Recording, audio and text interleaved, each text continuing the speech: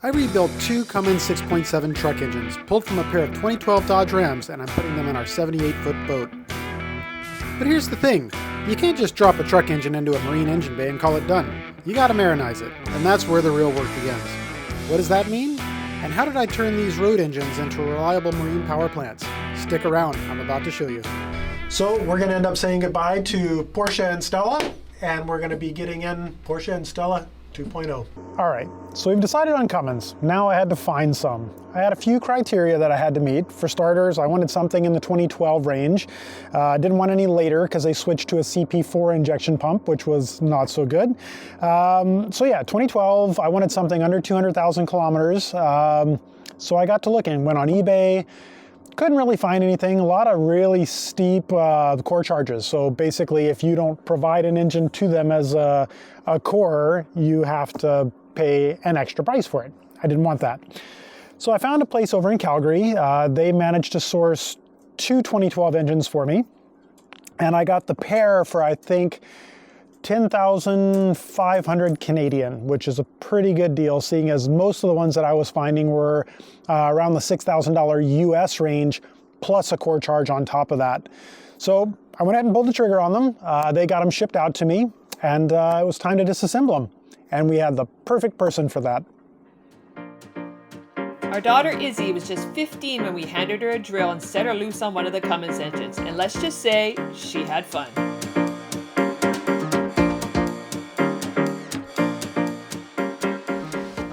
These engines were used probably late 90s right through to current years. And sometime around the late 90s, early 2000s, they changed to a common rail setup, which is an electronic fuel injector, which opens up a huge amount of possibilities for how the engine runs, economy of the engine, noise of the engine. So these are a really good engine. So what I have here is a 2012 Dodge Cummins truck engine. That's the 6.7 liter that you'd find in any Dodge heavy-duty diesel pickup truck. Obviously, we can't put a truck engine into a boat without some changes. There are a few minor details that are different between the truck engine and the marine engine, and there are some more significant ones. The main running ones, first of all, are pistons. So they've got a slightly different crown shape in the marine pistons. So to overcome that, when we've rebuilt these new engines, we've run them with the marine pistons. So that's taken care of.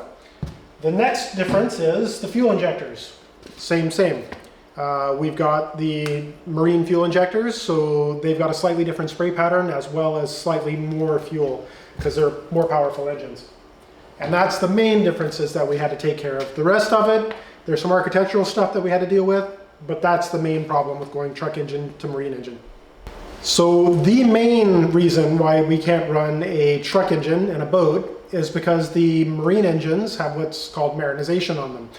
Obviously, we can't put a big radiator in an engine room because you're not going to get enough airflow for it. So what the biggest thing is they've done heat exchangers on these engines. And what that does is it takes salt water through, and the heat exchange is done between the salt water and the fresh water in the engine, and then that's what cools the engine. So you don't have a radiator, you have a heat exchanger. Now 6.7s were, I kind of read that they were known for some head gasket failure problems, so I decided to kind of tackle that as well. So I had, when the blocks were getting machined for the new pistons, I had them do fire rings in the block as well, which helps sealing. They're basically a steel ring that sits in a groove on the cylinder head, where the cylinder head would mate up to the block. And they just provide better clamping around the board to prevent head gasket failures. Another thing I did was ARP studs, so that's all a studded head now versus the standard bolts for the head. Just provides better clamping force, so that should have all that covered. Hello everybody, so I'm here at the shop today and doing a bit of assembly on the new engines for the boat. Right now I'm doing ring filing. It's an incredibly tedious process. So basically I've got piston rings here. So I've got to file these down to make sure that the gaps are accurate for the piston. Because what happens is when everything heats up, the piston rings will expand, and if they should happen to butt up against each other, the two ends of the piston ring, it will pretty much seize in the bore and can physically rip the top off of a piston, which is not a good thing. So as you can see, I've done some painting on the engine. It's nice and purdy. I've got the crankshaft is already in. I had to do all the main bearing oil clearance measurements, which are within spec. Next up on assembly here, after I've done all the ring filing, so it's time to put the rod, piston, and ring pack together. With the Cummins engines, they do have this offset rod journal here, and that is very specific. That has to be in a specific direction on the piston when you go in. The piston also has a specific direction as well. You can see there it says front. That goes to the front of the engine. It's pretty simple there. Just got to line it all up, lube it, slide the pin in, and put the snap ring in. And this is one of the easier parts of the whole engine assembly. Okay, so I got my dial bore gauge zeroed on my rod journal measurement. So now I'm going to put it into my torque connecting rod here. Whatever you see there is my offset for my oil clearance. So that's right about 2.7 thou. A manual here, so I'll go and I'll find that torque spec measurement, or sorry, not torque spec, oil clearance measurement, and I'll confirm it there. I have had quite the productive weekend. I have started to assemble the second engine. So I previously had done all the clearance checks on the rod bearings and the main bearings. Everything was good. Yesterday I did the ring filing, got all the rings gapped where they needed to be. Had a little bit of a panic moment. Thought I had misgapped the intermediate ring on the pistons. I was a little bit upset. Come to find out, I was just getting myself mixed up in my head. I did have them correct. So that was a huge relief. So I went ahead and assembled the long block today.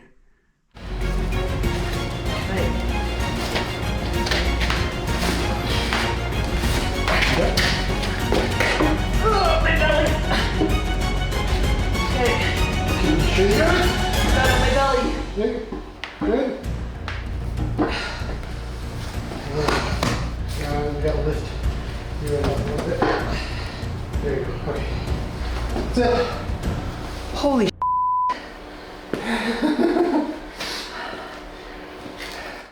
So there's the second engine assembled up to a long block. So a long block means the crankshaft, pistons, rods, and cylinder head are installed.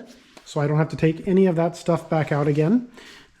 So the next steps will be to get oil pan on, get the valve covers cleaned up, get the injectors in. Actually, the injectors are going to have to wait because I'm still waiting on 4 of those.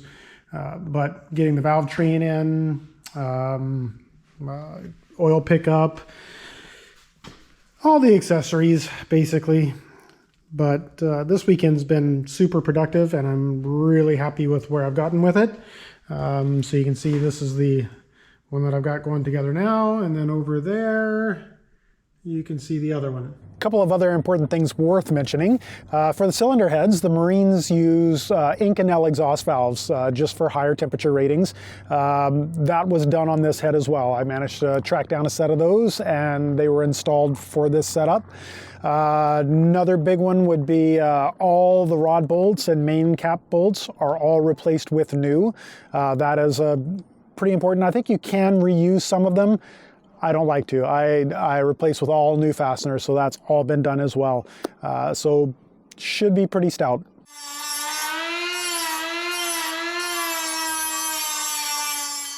Always a bit of a pain in the ass to fit these, but exhaust side of the water-cooled manifold. So now I get to permanently weld all those tubes, and then after I get done with that, I get to weld them all into this base plate. So what I'll do is when I go to weld that, I'll bolt this manifold up to the motor, just so it holds it flat for me, and then I can tack it in place, and hopefully it doesn't move much, but it's stainless, so it will, because they always do. So you saw the other engine that we have there that's not assembled yet. This is the other one that is assembled, or at least mostly. All the internals are done on this. Bell housing's done, the adapter for the transmission is all done. The fuel system is mostly complete. Things I have left that I'm working on are the wiring harness, the heat exchanger, which is down on the floor here. So I've got to get that mounted, and I've got to build hoses to attach that to the engine. So there are some things to be done, and I also have to build an exhaust manifold. But for the most part, the brunt of this engine is ready to go. Let's talk transmissions. The next thing I had to figure out with these engines, going from the Detroits to the Cummins, is these engines spin a lot faster and they're smaller. So what I've had to do is find a transmission that's got a ratio that's more favorable for what these engines need. The ones on the boat are 2-to-1 transmission ratios, which means for every 2 rotations of the engine, the shaft rotation is 1.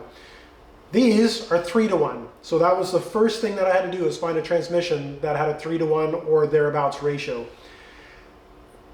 Then I had to actually find transmissions that were affordable. That was my next threshold that I had to meet. So after much searching, I found these. These are ZF 325-1 transmissions. They're a large transmission. They were never offered with the QSB engines. They're bigger than what was ever supplied with them. These can actually handle full power of those engines continuously.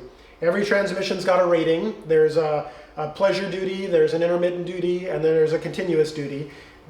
These can continuously run everything that motor could throw at it. So while they are bigger, they're also much heavier duty, and they're going to last forever. The engines aren't even going to be sweating these transmissions. So while it's taken a little bit to figure out how to get them to mate up to the engines, they're going to be a much better solution in the long run. So initially, when I was doing this whole thing, I wanted to remote mount the transmission. So what I say when remote mount is, I mean, I wanted to have the transmissions and the engines separated, and I wanted to have a drive shaft between the two. The benefits with that are that you don't have to have a motor mount that's heavy enough for thrust loading of the engine or the transmission. The transmission's separately mounted, it can handle all the thrust loading, and the engine can run on nice soft mounts so you don't get as much vibration. Everything's just smoother. Well, long story short, I just could not make that happen feasibly. I just kept running into roadblock after roadblock, so I ended up deciding just to bolt them up together like you normally would, which turned into its own little issue. So we were talking about the truck engines versus the marine engines. One of the main differences is on the marine engines, the whole gear train, so basically the gear that turns the camshaft and the water pump and the oil pump, all of that is on the back of the marine engines. So they have their own special bell housing that mounts to the back of the engine. And unfortunately, everything in the industrial sector that uses an SAE type bell housing that's big enough to fit these transmissions is not available for the trucks. You can get it for the industrial engines like the QSBs, but not for the ISB that came in the Dodge trucks. So what I had to do was I had to find an SAE number 2 bell housing, which is what this is. That accepts a SAE number 2 transmission.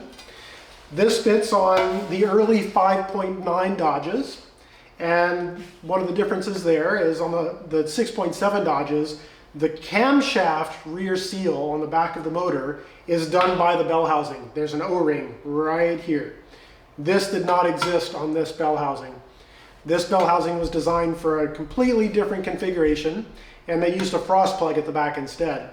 So what I had to have done is I had to have my good friend over at CMI CNC machine an O-ring groove into this housing to mate up with that cam housing. Then I also had to weld up 2 sections to move bolt holes, because there's 2 holes that are not in the same locations. So those have been welded up and the holes have been moved, so now I can get all the bolts in. So then, now I've got an SAE number 2 bell housing. These are SAE number 1 transmissions. You can't get an SAE number 1 bell housing for any of this size Cummins engine. So I talked to my friends down at, Harbor Marine down in Seattle area, and they were able to get me adapter rings. So these adapter rings basically take this flange and allow me to bolt this transmission up to this bell housing. And in order to do that, I need to also get a spacer for my flex plate. So now I can take this guy and he bolts up the transmissions and everything fits. And then also what I've had to do is this is the torsional damper for the transmissions. These transmissions came with a much larger OD. This is the same torsional damper that came with the transmissions. However, I was able to have my friends over at Foreman CNC turn down the outer ring of the torsional damper and re-drill the bolt pattern for the smaller pattern, which has worked perfectly. So that torsional damper is what slides on and mates with that spline that allows the engine to turn the transmission. Now, it wasn't just the bell housings that we had to modify. I also needed flywheels and starters for this engine as well. I wanted good starters that would spin the engines over fast, just to help starting, and flywheels just have to fit both things. I did try a couple of different flywheels. Unfortunately, it's really hard getting the just right part number for those. That was probably one of the more difficult things that I found that I had to do, was get the flywheel correct for everything. I think I was on my, actually I think I did it on the second time. I managed to nail the flywheel choice. Starter engagement was perfect. Got a pair of 24-volt starters for the motors, and they're, I believe, the Delco MT starters. I can't remember the exact number, but they're a good commercial starter, and all that worked out really well. Another important thing to note about the rear gear train setup is that obviously the camshafts are different. So I can't even use a marine camshaft and the truck motor. So I had to reach out to my friends over at Colt Cams. Jeff set me up with a camshaft that would work for our application, and with the front gear. So that was all good. The factory truck camshafts are really, really bad for the exhaust side, because they're made for heating up the exhaust to make the after treatment on the exhaust work properly. Obviously, we're not running that on the boat. We didn't need that. So different cam profile allows a lot more exhaust flow, allows for lower EGTs, and should be a really good choice for us. These are electronic transmissions, which means there are no more shift cables that run through the boat. Anybody who knows boats, older boats, knows those cables can get pretty stiff. And the ones on Tangaroa are pretty long, so they're a little stiff to shift between gears. These are all done electronically. It's just a 24-volt signal that tell each one of these solenoids to engage, and you've got a forward and you've got a reversed. And not only that, you can actually do what's called a super shift on them, which rather than being a harsh engagement when the transmission's put into gear, it will actually gently put the transmission into gear, so you have a soft engagement on your gears. So all benefits for what we want to do. It's a fairly exciting day for me here today. I've got the transmissions, at least one of them now, bolted up to one of the engines. So as you can see here, everything is happy. So that's a good feeling, getting that done. And now I've just got to finish up these beasts and we'll be good to go. Running out of time. So what I've got going on today so far is these are what are called bypass oil filters. What they are made to do is, this is the main oil filter, and it's got a specific micron rating on how much it can flow, or sorry, how much it can filter out. And unfortunately, they can't have the micron ratings too small on these because they're a full flow filter, which means all the oil's got to go through it. And if the micron rating is too small, that means it just can't quite flow enough, and you'll get restriction when it starts to get full. So they have these guys, which are bypass filters. And what they do is they've got a little tiny orifice in them, and they go in after the main filter, and then they bypass a very small amount of oil and basically filter out pretty much everything else that's in the oil. So you'll find typically on a diesel engine, when you go to check your oil is going to be super black, super common on diesels. What this does is it gets rid of all that soot. So you'll find even after 2,000 hours, your oil is still clean. I wouldn't go 2,000 hours on an oil change, but That's just me. These are made to extend oil changes, but I'm not going to use them as such. I just like clean oil. You will get people that will say they are not worth it. And there's multiple reasons, but I'll tell you my main reasons why I did this. So reason number one, I did these AMSOIL bypass filters because I want my oil to be clean. You will never convince me that clean oil is not good or not worth it. They will say that the engine will last a lifetime without it. And I'm sure it would, but I like clean oil. When I check my dipstick, I like clean oil. Probably the primary reason why I did this filter, and this is very important, is because I didn't know that there was one of these filters that had one of these filters built in. The joys of not having all the information. And unfortunately, you don't always catch this stuff. There's a lot of products out there. And unfortunately, you can't know all of them. So I could have saved myself some money and some time by just getting the filter that's got the internal bypass from Fleetguard, but I didn't know it existed. So I've already got time and money sunk into the AMSOIL unit, so I'll just run with them. If I ever decide that I wanted to eliminate the second filter, easy enough to do. But for now, it's what I have, it's what I'm going to use.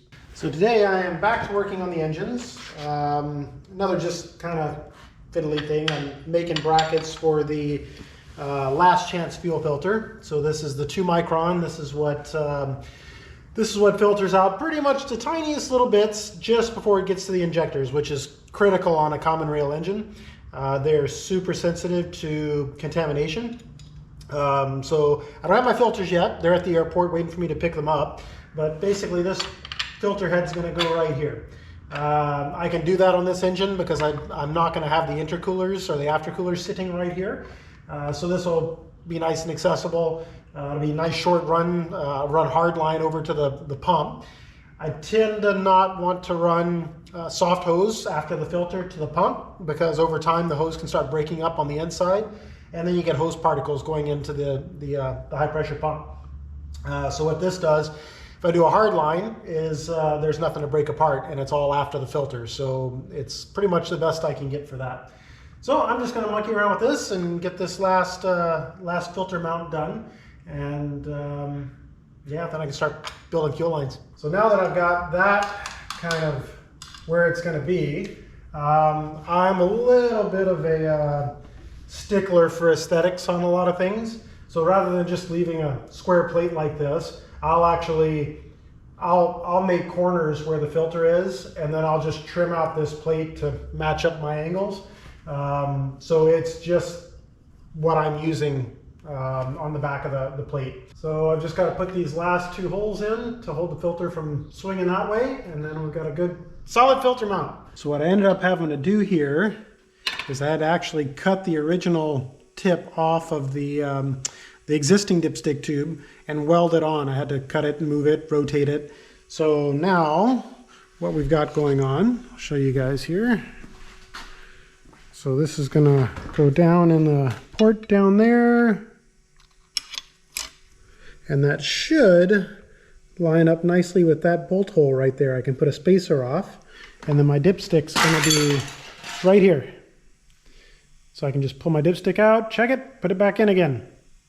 So that should be fairly accessible. I mean, it's not perfect. The heat exchanger is going to be way out here, so I'll have to reach underneath to do that. But you know what? I can change it later. At least that'll give me something for now. So earlier in the video, I was telling you that I was redoing the engine harness on that engine.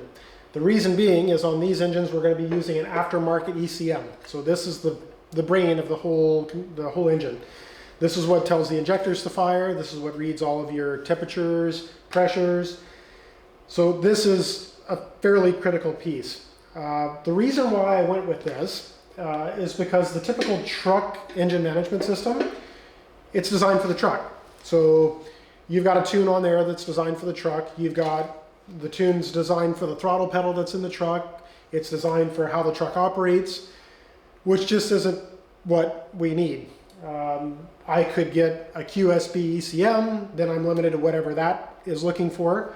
In the work that I've been doing in the past 13 years, working on performance automotive stuff, I have become a bit of a professional on the engine management side of things. This gives me a lot of flexibility and freedom that I wouldn't normally have with a factory PCM. I don't have to flash tune. This is all real-time programmable right from a laptop. What some people may say, oh, well, that's not going to be as reliable as, say, a factory PCM. Honestly, most of the aftermarket PCMs that you can buy these days, in my experience, are just as or more reliable than the factory ones and leave a lot more options. So this particular one is made by Balder Systems. It's one of the first ECUs that are available that can control a common rail engine with an aftermarket ECU. So the gentleman that designs these, Balder, I'm not even going to try to say his last name. I think he's in Norway or one of the areas over there, Iceland. I'm not entirely sure. I've seen him around this industry for quite a long time. So he knows what he's doing with these. He tunes as well, so he knows how to design them around that. And I've been into the software, and I'm very comfortable with how it's set up. And I think this is going to be a winning combination, because not only will it control the engine, it will control my shifting from my transmissions, it will control displays on my dash. This is going to be a very good option for us. So off to the next project here. I've got these guys all mounted now, so I'm starting to do some of the wiring here. I've already pinned out the rail pressure control solenoid valve, and I'm just going to work my way through all the sensors and solenoids. So the next one up is this guy here. That's a 3-conductor shielded cable, and that's going to the crankshaft position sensor. The shielding helps keep the electromagnetic interference out, and seeing as the crankshaft position sensor is critical for anything to do with the common rail system, we want to make sure that that's a nice clean signal. So there's a few sensors that are important, and for all that stuff I've run shielded cable for. Shielded at one end only, or the shield's connected at one end only, don't connect it at both sides. So yeah.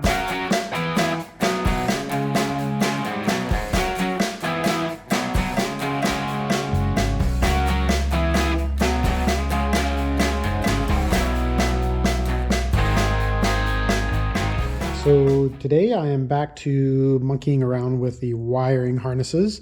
I'll just show you guys what I'm up to. So this stuff is called expandable loom.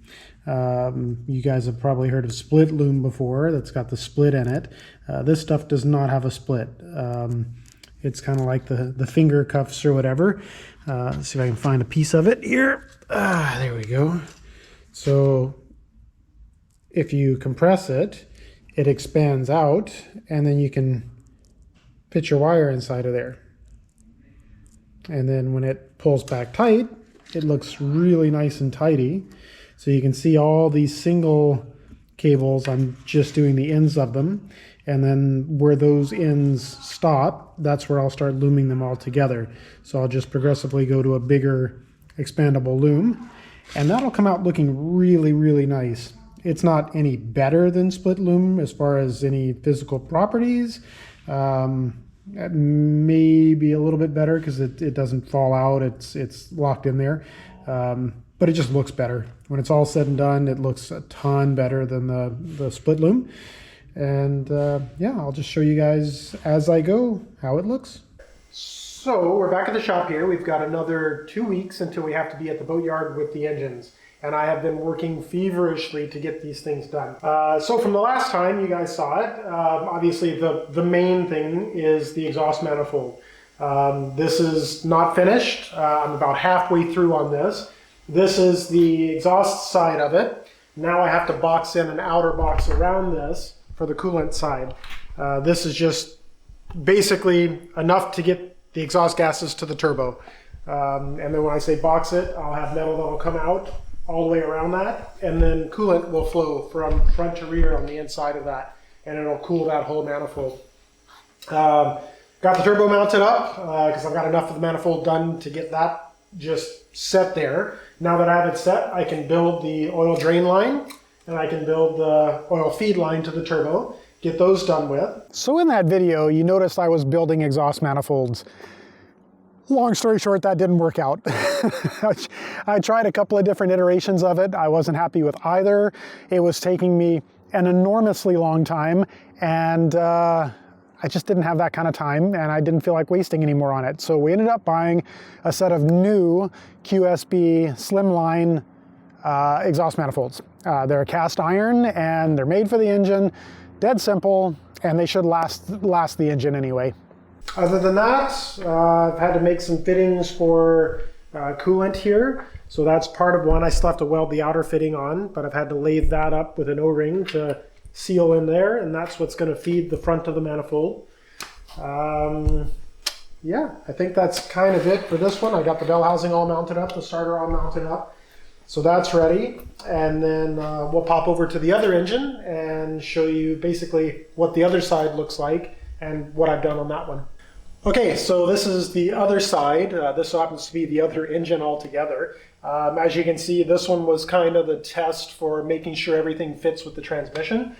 So that transmission is mounted now. Everything on the inside's all done. It seems to work pretty well. It fits well. So now what I'm kind of taking on is the wiring, because we're building new wiring harnesses for these, or I am. So that's what all this is here. So this is all loomed in wiring underneath the edge. And that's for all the controls for these engines, as well as the transmissions. So I like my wiring all neat and tidy. I do not like wiring harnesses that are painted engine color.